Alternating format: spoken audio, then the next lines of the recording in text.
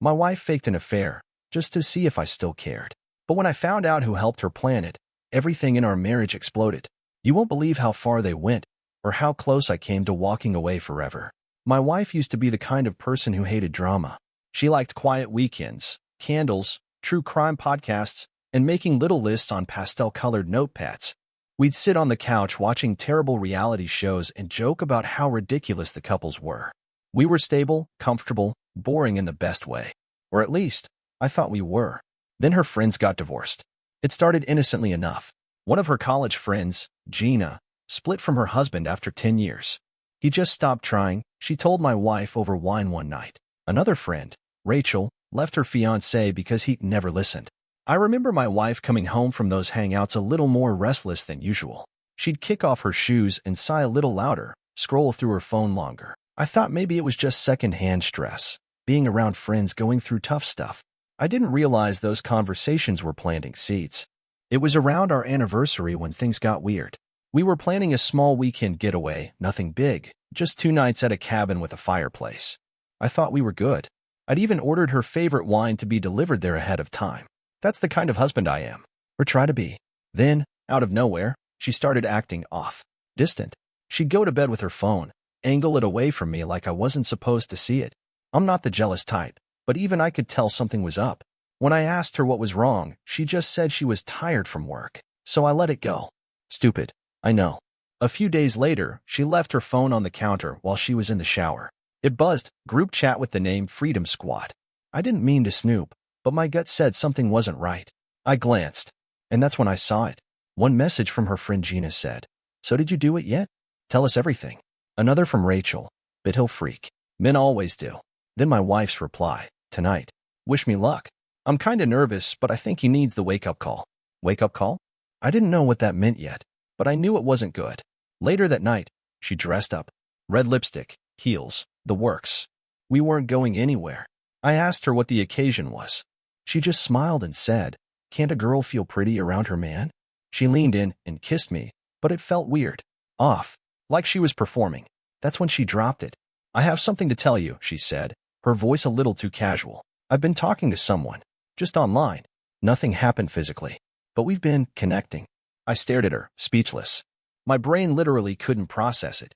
I just kept blinking, like maybe I'd misheard. She kept going. "I wanted to see if you'd notice. If you'd fight for me. You've been kind of emotionally unavailable lately." I thought this might shake things up. She was dead serious. This wasn't a joke. She called it a test. "I read about it," she added. "Some relationship coach said doing something extreme can wake a man up." She actually smiled like this was a moment of empowerment. I asked her, calmly as I could, "So you pretended to have an affair to get my attention?" "Pretended," she said, "but it was just a simulation. You were supposed to confront me, and then we'd talk and reconnect." I still remember how her voice sounded when she said that. Like she expected me to be grateful. My heart dropped. I couldn't even find the words. All I knew was something had broken. Something that couldn't be fixed with a fake therapy stunt or a girls' night pep talk. And it only got worse. After she dropped the bombshell, I just stood there. I didn't yell. I didn't cry. I didn't even react the way she clearly expected me to. I just stared at her, trying to understand what kind of mental gymnastics she had to do to think this was okay. "You should be mad," she said, like she was coaching me through a scene she'd rehearsed. "This is supposed to bring us closer. That's what the whole point is. You're supposed to realize how much you love me." I finally spoke, quietly. "You thought pretending to cheat on me would make me love you more?" She rolled her eyes like I was missing the big picture. "Not pretending to cheat, just making you feel like I could if things kept going the way they were. So you'd wake up." I couldn't believe what I was hearing. This wasn't some teenager pulling a stunt because she saw it on TikTok. This was my wife, the woman I trusted, the woman I thought was my partner. I walked out of the room and sat in my car for a long time. No music, no engine, just me in the silence. I thought about everything, how we met, how she used to bring me coffee when I worked late, the way she laughed the first time we tried building IKEA furniture together, how she cried when we put up our first Christmas tree. And now here I was, sitting alone in the driveway, wondering if I even knew who she was. The next day, I went back through her messages.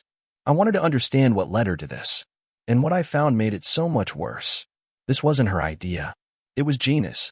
Her newly divorced friend who'd been talking about reclaiming power and testing loyalty. In the group chat, Gina said, "If he thinks he might lose you, He'll treat you like a queen. Worked on my ex for a while, until I found out he was a snake anyway. Then Rachel chimed in, it's harmless. He doesn't need to know it's fake. You'll get the affection you want, and if he fails, well, at least you know he's trash. So that was it. Some twisted prank dressed up like girl power. And my wife went along with it. I didn't say anything for a couple days. I needed time. She kept acting like we were in some movie where the husband has a dramatic realization and falls into his wife's arms. But I wasn't reading from her script. Eventually, I told her what I'd seen. I said I read the messages. That I knew it wasn't her idea, but that she still went along with it. She didn't deny it. In fact, she doubled down. Maybe it was extreme, she said, but you haven't been the same lately either. You've been distracted, checked out. I just wanted to feel seen again. Then talk to me, I snapped. Not this. Not lies. You don't fix distance by lighting the house on fire. She got quiet after that. Later that night, I started sleeping in the guest room. She cried when she saw me carrying my pillow and blanket. I wasn't trying to be dramatic. I just couldn't lie next to someone who thought deception was a form of therapy. The weirdest part? She didn't seem truly sorry. She was more upset that her plan didn't work, more focused on how I wasn't responding the right way than on how she'd crossed a line I didn't even know needed guarding. And just when I thought it couldn't get more surreal, her friends reached out to me. Yup, Rachel DM'd me on Instagram with a whole paragraph that started with, "Hey, don't hate me, but I think you're taking this the wrong way." She actually said that. The wrong way. Apparently, in their little world, emotional manipulation is just a relationship strategy. My reply? I didn't have one. I just blocked her. But the damage? That was still there. I didn't know where we stood anymore. I didn't know if this marriage was something real, or if I'd been in love with an illusion this whole time. A week went by after the prank. That's what she still called it, the prank. Like it was some harmless joke I just wasn't emotionally mature enough to appreciate. Meanwhile, every time I looked at her, it felt like someone had pulled the floor out from under me. I'd love to say things got better with time, but they didn't. If anything, the silence between us got louder. She tried to play it cool, making dinner, asking if I wanted to watch one of our old shows, putting on music we used to dance to in the kitchen. I didn't bite. I couldn't. Every gesture felt like a performance, a tactic. After a few days, she broke. "You're punishing me," she said while I was brushing my teeth one night. "You're freezing me out on purpose." I turned the faucet off and looked at her through the mirror. I'm trying to figure out how I'm supposed to live with someone who thought it was okay to fake emotional betrayal just to test if I care. "You don't get it," she snapped. "This wasn't about hurting you. It was about us. I wanted us to be stronger." Stronger? I laughed, bitter. You know what would have made us stronger? A conversation. A therapist. Literally anything except making me think you were falling for someone else. She looked hurt, but I could tell she still didn't fully understand the depth of what she'd done. And it wasn't just about what she did, it was that she did it with backing. Her friends were in on it. They planned this like a game. I wasn't just a husband in a tough marriage. I was some kind of control group in their personal experiment. And they kept showing up. I ran into Gina at the grocery store. She smiled at me like we were co-stars in some rom-com. "Hey, so, you and Becca doing okay?" She said. Things got tense. Tense. I stared at her, stunned. "You encouraged my wife to lie to me, to fake an emotional affair. And now you're asking if we're tense?" She blinked. "Well, yeah. But come on. It was just to open your eyes. She loves you. She just needed you to see it." I didn't answer. I just walked away. That night, I told Becca something I'd been avoiding for days. "I think we need space." Her whole face crumpled. "No, please don't do this." I sat down on the couch, and for once, she didn't try to touch me or talk over me. She just listened. "I'm not saying I'm leaving. I'm saying I don't trust anything right now. Not you, not this marriage, not even myself. I don't know if I'm reacting out of hurt or if this is clarity I should have had a long time ago. But I need time to figure that out." She started crying, but I stayed firm. "I love you," she whispered. I didn't say it back. I wanted to. But something about those words now felt cheap, like they were part of a script she expected me to follow. So I packed a bag, just a weekend's worth of clothes, drove to my brother's place an hour away. He didn't ask questions, just handed me a beer and turned on the game. That first night away, I felt numb. The second night, I felt relief. And then I saw it. A post on Becca's Instagram story, just a picture of a wine glass and a candlelit dinner with the caption, "Sometimes it takes a little chaos to remind you what matters most." The replies under it from her friends were full of heart emojis and clapping hands. They still didn't get it. This wasn't about me being reminded of anything. This was about her choosing to create fear in someone who loved her just to feel wanted. And suddenly, I started to wonder, what else in our relationship had been performative? How many of the things we built together were real?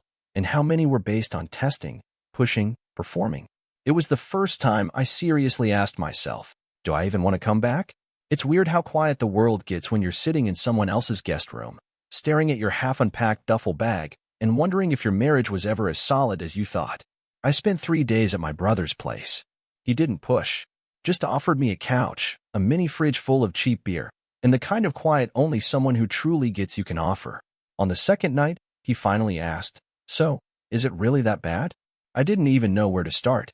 I told him the story, the prank, the test, the fake emotional affair, the group chat, the Instagram post, and my brother, the guy who's usually all sarcasm and second-hand sports opinions, just sat there quietly for a moment before saying, "Man, that's not a prank. That's emotional whiplash." I didn't realize how badly I needed someone to say that. When I finally drove back home, I wasn't sure what I was walking into. The house looked the same. Our porch light was still glitchy. Her shoes were by the door like always. But inside, something felt off, like the air itself had shifted. She was sitting at the kitchen table, staring at her phone like she'd been waiting for me to walk in. No makeup, just one of my old hoodies pulled over her knees. "Hi," she said. "Hey." I didn't sit. I didn't drop my bag. I just stood there. "You okay?" she asked. "I don't know," I replied, and I meant it. She nodded like she expected that. I deleted the group chat. That caught me off guard. Why? Because I read through the whole thing again. All of it. And I finally saw what you saw. How manipulative it all was. How smug we sounded. It wasn't empowering. It was cruel. That was the first thing she'd said that felt real in days. She slid her phone across the table to me. She had a notes app open. A letter. Something she'd typed out. I didn't read it. Not right then. "Talk to me," I said instead. "Not a letter. Just talk." And she did. She told me everything, how watching her friends get out of their marriages made her question everything. How she started wondering if we had just grown complacent, if we were becoming one of those couples who coexist but don't connect. How she thought maybe shaking things up would bring us closer. "How close are we now?" I asked softly. She closed her eyes. "I know. I was so stupid. I didn't know how else to ask you to see me again." That line stuck with me. "See you," I said. "I saw you. I've always seen you. I built a life around you. I planned weekends and birthdays and stupid little surprises. You didn't need to light a fire. You just needed to say something." She started crying quiet tears, the kind that fall when you finally see how deep the cut really went. "I was scared," she said. "Everyone around me was getting divorced or cheated on. I started wondering if you were just staying because it was easier than leaving. So I tried to force a reaction. And I got one. Just not the one I wanted." I sat down across from her. "You tried to fake disloyalty to get a performance out of me, but you didn't give me the benefit of the doubt. You didn't trust me enough to believe that I still loved you just because I wasn't posting about it." We sat there in silence after that. She finally asked the question I'd been dreading. "Are you going to leave?" I didn't answer right away. I've been asking myself the same thing every day since it happened. But here's the thing. I'm not a quitter. And as broken as I felt, I couldn't walk away without at least trying to understand why she got that desperate. Why the person I thought I knew so well thought this was her best shot at being heard. So I told her the truth. "I don't know yet. But if I stay, things have to change. No more games. No more tests. If you feel unseen, say it. If you're scared, tell me. But don't ever make me question your loyalty again just to get my attention." She nodded through tears. "Deal." That night, I slept in our bed again. Not because everything was fixed, but because I wanted to feel what was still there, if anything was. She didn't touch me, didn't reach for me, just laid quietly beside me. And for the first time in weeks, the silence between us wasn't angry. It was heavy, but it was honest. Some marriages fall apart with yelling.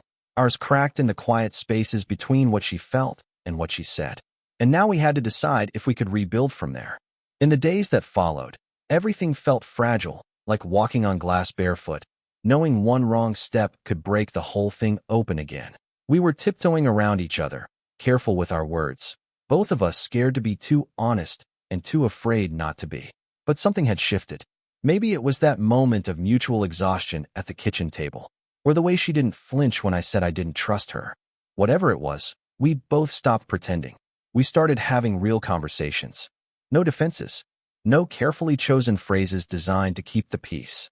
Just us, awkward and unsure, but finally honest. She told me about the months leading up to the prank, how she felt like I was going through the motions, present, but not connected, how she thought maybe I was falling out of love and just hadn't said it out loud yet. And instead of talking to me, she internalized it, let it build, until her friends gave her what sounded like a solution. I told her I had pulled away, that I'd been stressed with work, burned out, emotionally worn down. But I never stopped loving her. I just didn't have the words to say it in the way she needed to hear. And I didn't know she'd started questioning the whole foundation because I assumed we were stronger than that. It hurt, hearing that we'd both let each other drift without realizing how far we'd gone. But it also helped. It made the why behind her actions clearer. Still not okay, but clearer. A week after I came back, she suggested we see a counselor. And this time, it wasn't performative. It wasn't a fix-it project or a grand gesture to prove a point. It was quiet, nervous. I found someone local. We could go together. Or I could go first if you need space. So we went. Together. That first session was rough. I didn't hold back. I told the therapist everything. How the fake affair made me question my sanity. How I couldn't look at my wife without remembering the betrayal. How I felt like a pawn in someone else's game. She cried through most of it. But she listened. And when it was her turn, she didn't defend herself. She just said, I messed up. I didn't trust you enough to be vulnerable. So I manipulated instead of asking for help. That moment, that's when I realized we might actually have a shot at fixing this. Not because she was sorry, though she was, but because she understood what she broke. And she wasn't asking me to forgive her on the spot. She was just asking me to stay in the room. We started talking more after that. About little things. Big things. The stuff we used to avoid because life was busy or we just assumed we knew each other well enough already. Turns out, people change. Even the people you think you know inside and out. We went for walks. Cooked dinner together, sat in silence sometimes, not awkward silence. Just the kind where two people are learning how to breathe next to each other again. But don't get me wrong, there were moments. Like the night I had a nightmare about her leaving me for someone else. I woke up in a cold sweat, heart pounding, and she was already awake, staring at the ceiling like she knew exactly what I'd dreamed. I can't undo it, she whispered. But I'm still here. I didn't respond, just held her hand until I stopped shaking. And the time I ran into Rachel at a gas station, and she had the audacity to smile at me and ask, So are you too good now? I didn't answer her, just looked her dead in the eye and said, You're not part of our story anymore. When I told my wife about that moment, she looked at me with this mix of gratitude and shame. I should have shut all of that down from the start, she said. I thought they were helping, but they weren't. They were just fueling my insecurity. It's been about a month since the night she told me about the fake affair. We're still in counseling, still figuring things out. Some days feel normal again, others don't. But at least now, nothing's being hidden. No more group chats. No more lies wrapped in romantic justifications. Just two people, sitting in the wreckage of something they thought was unbreakable, trying to build something new together. And I'll be honest, I don't know if we'll make it, but I know this. If we do, it won't be because she tested my love. It'll be because we finally stopped testing each other altogether. We made a deal early on. No timelines. No, we should be better by next month. No, by summer we'll be back to normal. That was her idea, and I'll give her credit. She was the one who realized early that putting pressure on recovery is the quickest way to stall it completely. Some days feel like we've made real progress. We laugh again. Not the polite kind of laugh people use to mask tension. Real, belly-deep laughter over some stupid inside joke about burnt toast or the dog next door that always barks like he's got something to prove. Other days, I'll catch myself hesitating. She'll say, I'm meeting up with Gina, and my stomach will tighten before I even realize why. Yes, Gina's still in the picture. Barely. More on that in a second. I've learned that healing isn't linear. It's not a ladder you climb. It's more like walking through fog. You take a few steps forward, think you're clear, and suddenly, you're back where you started. The therapist gave us a phrase to use when things feel hard. Check the temperature before you speak. Sounds cheesy, but it's helped. When one of us wants to bring something up, especially something heavy, we check in first. Is now a good time? Can we talk about something that's been on my mind? It's made a huge difference. It turns arguments into conversations. Most of the time. One night, though, things boiled over. She casually mentioned Rachel had messaged her, just a miss you text, and that she wasn't sure if she should respond. I didn't say anything at first. I just kept folding laundry. She must have felt the shift in my energy because she stopped talking. Then I said, You still need to think about it? And that opened the floodgates. She got defensive. I got colder. She said I was holding her hostage emotionally. I said she still didn't understand what kind of scar she left behind. You don't get to just invite those people back and like nothing happened, I snapped.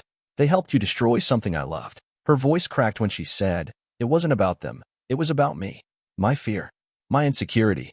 You act like I was brainwashed. No, I said, quiet but firm. I think you were selfish. And I think they made it easier for you to be selfish without feeling guilty. She left the room after that. And for the first time in weeks, I felt like we were right back at zero. But here's what's different now. She came back. She sat down next to me, red-eyed and quiet, and said, you're right. No, but no deflecting. Just that. I've been deleting those old messages. Blocking people who made me feel powerful for doing something that was actually weak. I didn't do it before because I was scared it would make everything real. That I really became someone I never wanted to be. She paused. I don't want to be that version of me anymore. I want to be someone you can look at without wondering if I'm lying. I nodded. I didn't say anything right away, but inside, something shifted. It wasn't forgiveness. Not exactly. It was the first time I believed her. We've talked about doing a small trip soon. Just a weekend somewhere without cell service. Somewhere to reset, not as a couple trying to fix what broke, but as two people trying to remember what it feels like to just be okay together. We still sleep with our backs touching more often than not. There's still a distance. But we've stopped pretending it's not there. And somehow, that's brought us closer than all the fake affection in the world ever could. Some nights we lie in bed, not talking, not touching, just existing in the same space. And I think about how easy it would have been to walk away.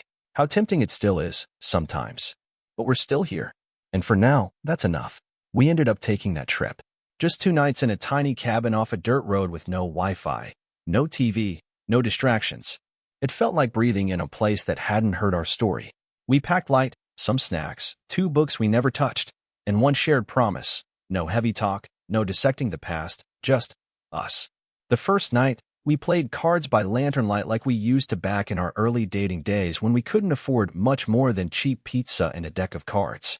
She laughed at how bad I was at remembering the rules to rummy. I smiled at how she still shuffled the cards like a blackjack dealer trying to impress someone. And for a little while, we weren't the couple with the marriage nearly wrecked by a prank. We were just 2 people in the woods, relearning how to enjoy each other's presence without waiting for the other shoe to drop. But the second night? That's when things shifted. We were sitting on the porch. There were moths fluttering near the light. The air smelled like pine and leftover smoke from the fire pit. And she just quietly said, I've been thinking about moving out. It hit me like a splash of cold water. Before I could even react, she kept talking. Not forever. Not as a way of leaving. Just a pause. Time to work on ourselves, separately. I know it sounds dramatic, but I need to figure out who I am outside of you, outside of the mess I made. I don't want my healing to be codependent on yours. I sat there in silence. My gut reaction was to panic, to tell her no, to fight for what we were rebuilding. But then I realized something. She wasn't running. She was finally trying to stand still on her own.